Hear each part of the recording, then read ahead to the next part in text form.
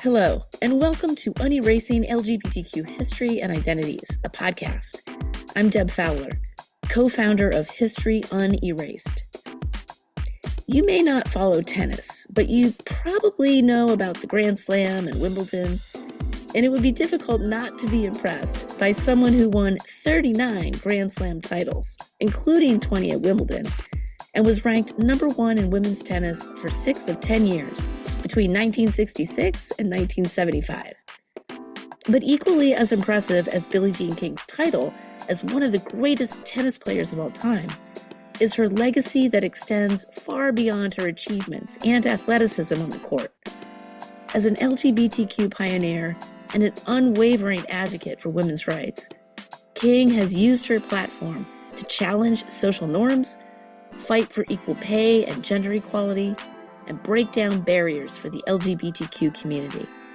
Her courage and leadership have made her a lasting icon in both sports and activism.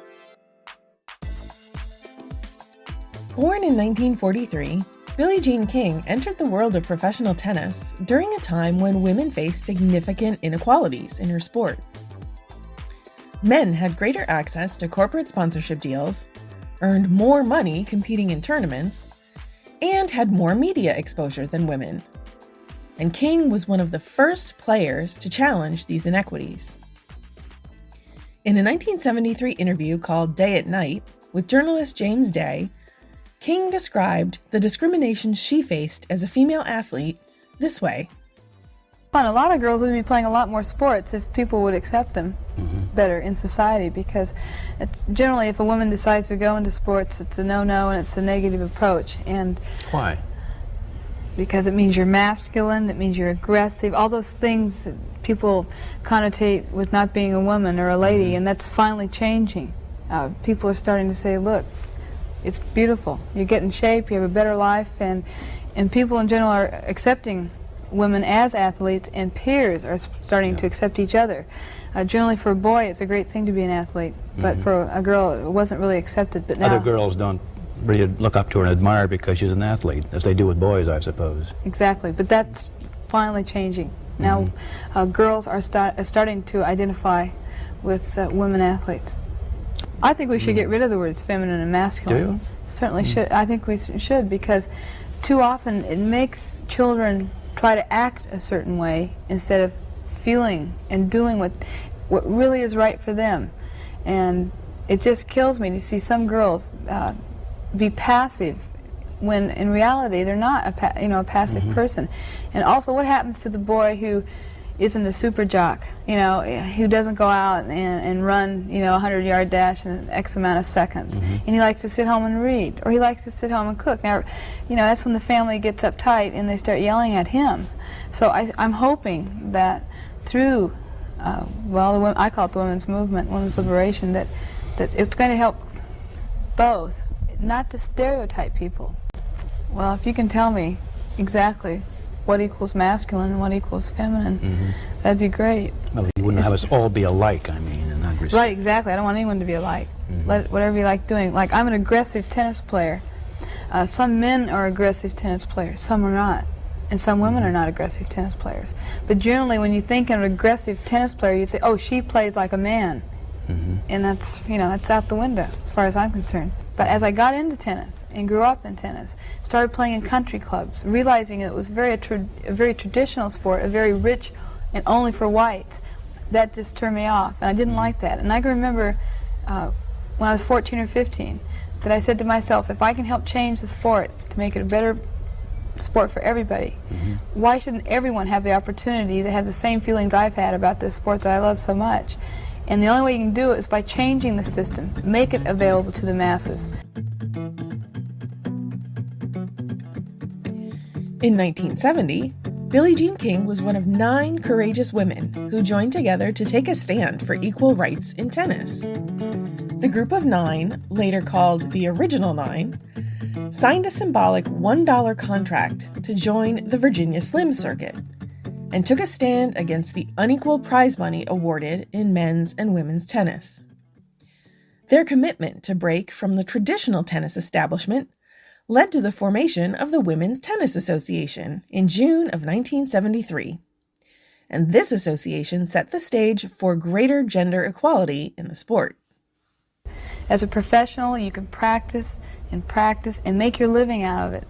And that's what is the top level you can go to. But young girls need to know where they can go, and that's what we can help them see. You know, this is the highest standard possible, and it's a beautiful thing. And when the money came into the game, people started to notice me and the other women. And the reason for this is that money is a measuring stick. Whether you work in a factory, whether you're a school teacher or whatever, at least you can relate. You say to yourself, I make $200 a week, and here this woman's making $10,000 a week. Oh, I think I'll go watch it. I wonder why they make so much money. Okay, this is another thing I would hope that would change in all areas of sports. That sports is part of life. And we've always tried to separate sports from life. Like you say, making it very pure and making it up there. Well, if we do it that way, it'll only be open to very independently wealthy people. Because when you get a child who wants to become a champion, to be a champion you've got to travel. To travel you need money. And when they can make it on their own, through the money they win, they have so much more self-respect in themselves and not being obligated to others. That's a terrible feeling to an amateur athlete. And I got paid under the table, and that was very degrading to me. In 1973, Billie Jean King captivated a global audience of 90 million people when she took on the former world #1 and a self-described male chauvinist named Bobby Riggs in what was called the Battle of the Sexes. This was a defining moment not only for tennis, but also for the feminist movement. Quote, "I'm taking this match very seriously. I love to win. I welcome the responsibility and the pressure. Bobby had better be ready." End quote. That was Billie Jean King when asked about the challenge. Riggs, then 55 and a former men's tennis star of the 1930s and 40s, had openly belittled women's tennis, saying that women were so inferior to men that even he, in his advanced age, could defeat the top female players. After beating Margaret Court, who was the second-ranked woman at the time, on May 13, 1973, Riggs set out to play Billie Jean King, who accepted his challenge to prove him wrong. The match was advertised around the world and aired on primetime television on September 20th, 1973, captivating an estimated 90 million viewers. But King's victory left no questions about women's athletic potential as she beat Riggs in 3 sets, 6-4, 6-3, 6-3, and won the $100,000 winner-take-all prize.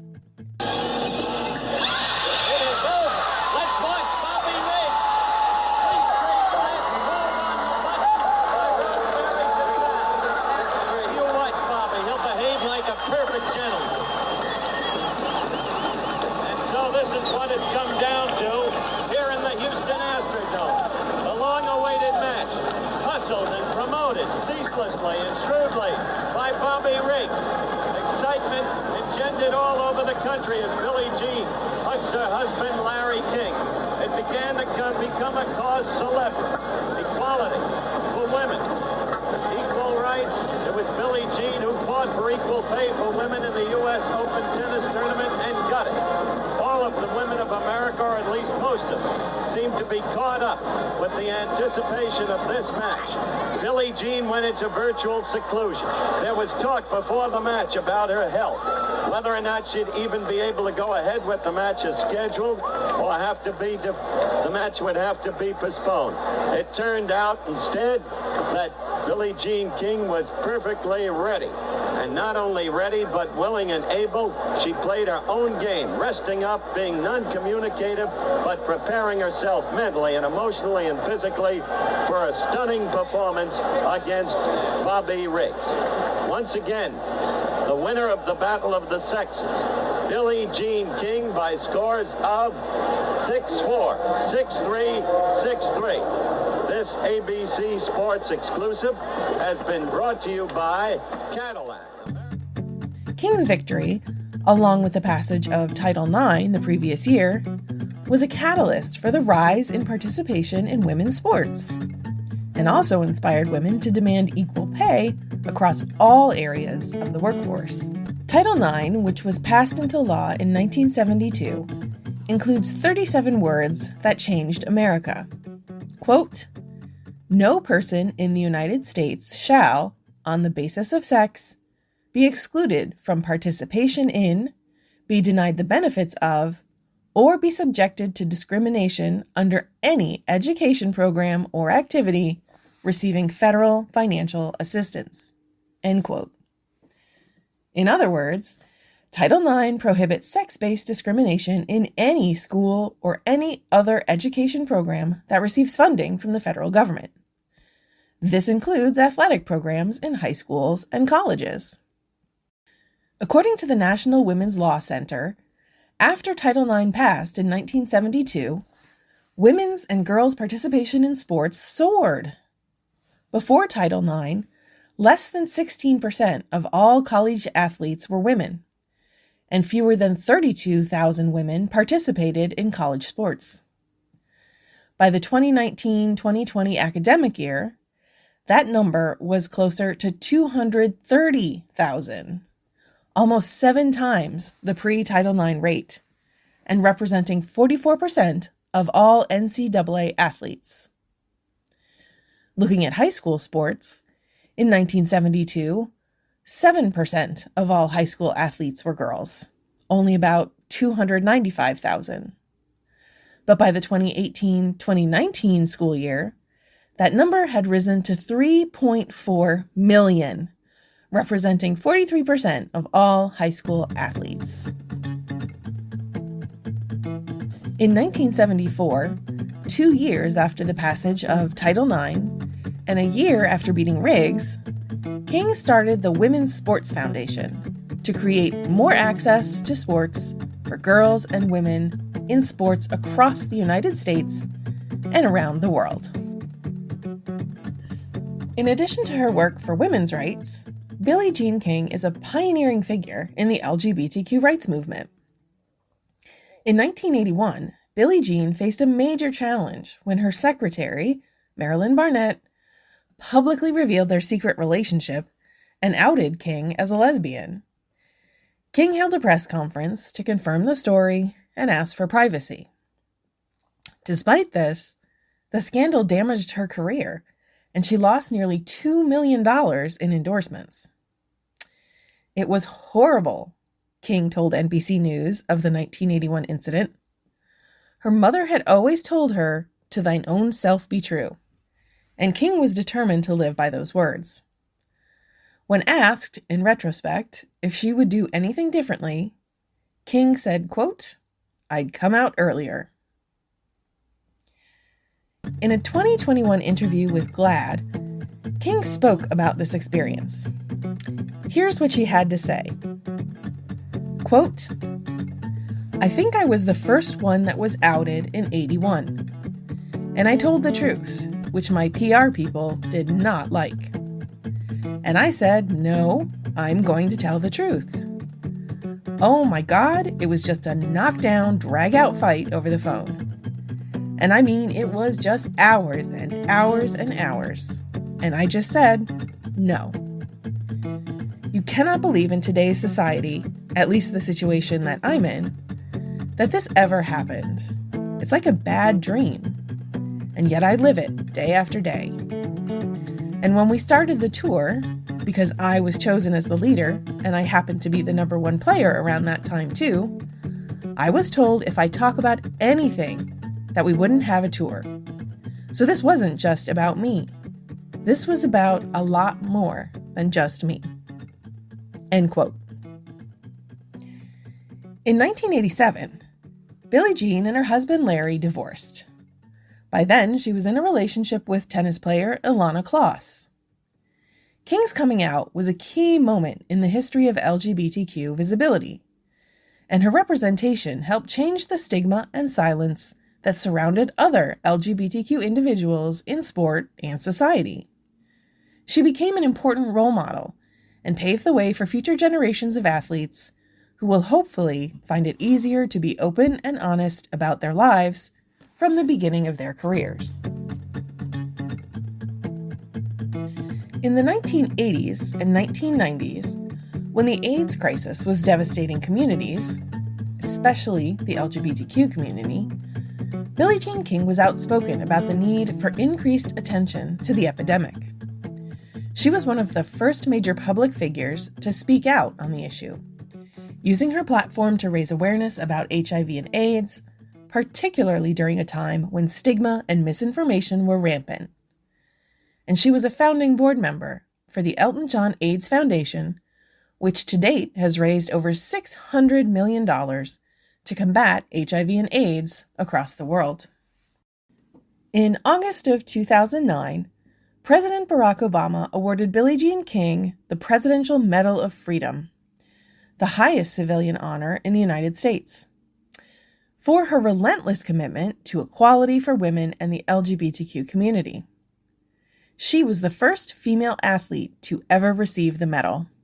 These are the 2009 recipients of the Medal of Freedom.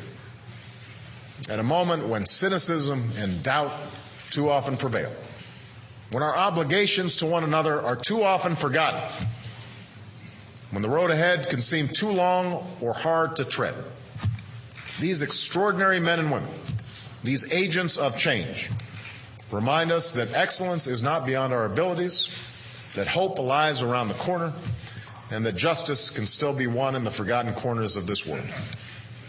They remind us that we each have it within our powers to fulfill dreams, to advance the dreams of others, and to remake the world for our children.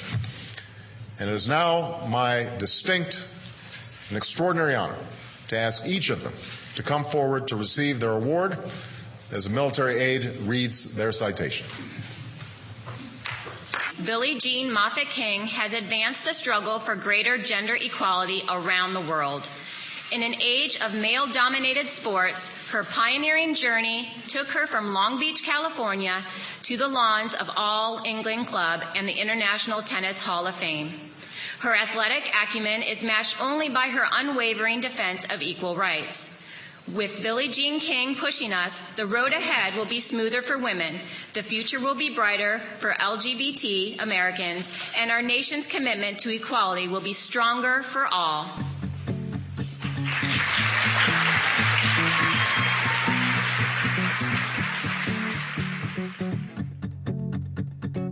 Billie Jean King has continued to advocate for female and LGBTQ athletes around the world. Together with Ilana Kloss, she founded the Billie Jean King Leadership Initiative in 2014, a nonprofit organization that seeks to use the power of sports for personal growth and social change, expand access to education, and to support organizations that work to empower activism and leadership. In 2019, ESPN established the Billie Jean King Youth Leadership Award to recognize young athletes who use sports to improve their communities. King also played a key role in the multi-year effort to create the Professional Women's Hockey League in 2023. She serves on the league's board of directors, and the league's annual Most Valuable Player Award is named in King's honor. On September 14th, 2021, the New York Historical Society began construction on a major building expansion, which will include the future home of the American LGBTQ+ Museum, among other exciting projects. The MC of the event was Billie Jean King, who spoke about her love of history and the importance of history to develop a greater and more diverse story of America. Telling history honestly, whether little or widely known, is so important. because history matters. It's alive. It is our time for our American LGBTQ plus community to share our story, not only to the greater world, but also to one another. Billie Jean King's legacy as an activist for women's rights and LGBTQ equality has created a lasting impact that will continue to resonate for generations to come. We can all be inspired by her famous words: face your fears, live your passions, be dedicated to your truth. Kathleen Barker is History Unerased Program Director and is a library and information specialist and public historian with 20 years of experience as a museum and library educator. This podcast is funded by the New York City Council. It was developed by History Unerased and produced and edited by Dinah Mack, our Youth Equity Program Director and podcaster. Our theme music is 1986 by Brother D via Tribe of Noise. Please rate this podcast and share. I'm Deb Fowler. Thanks for listening. And visit unerased.org to learn how we are putting LGBTQ history in its rightful place, the classroom.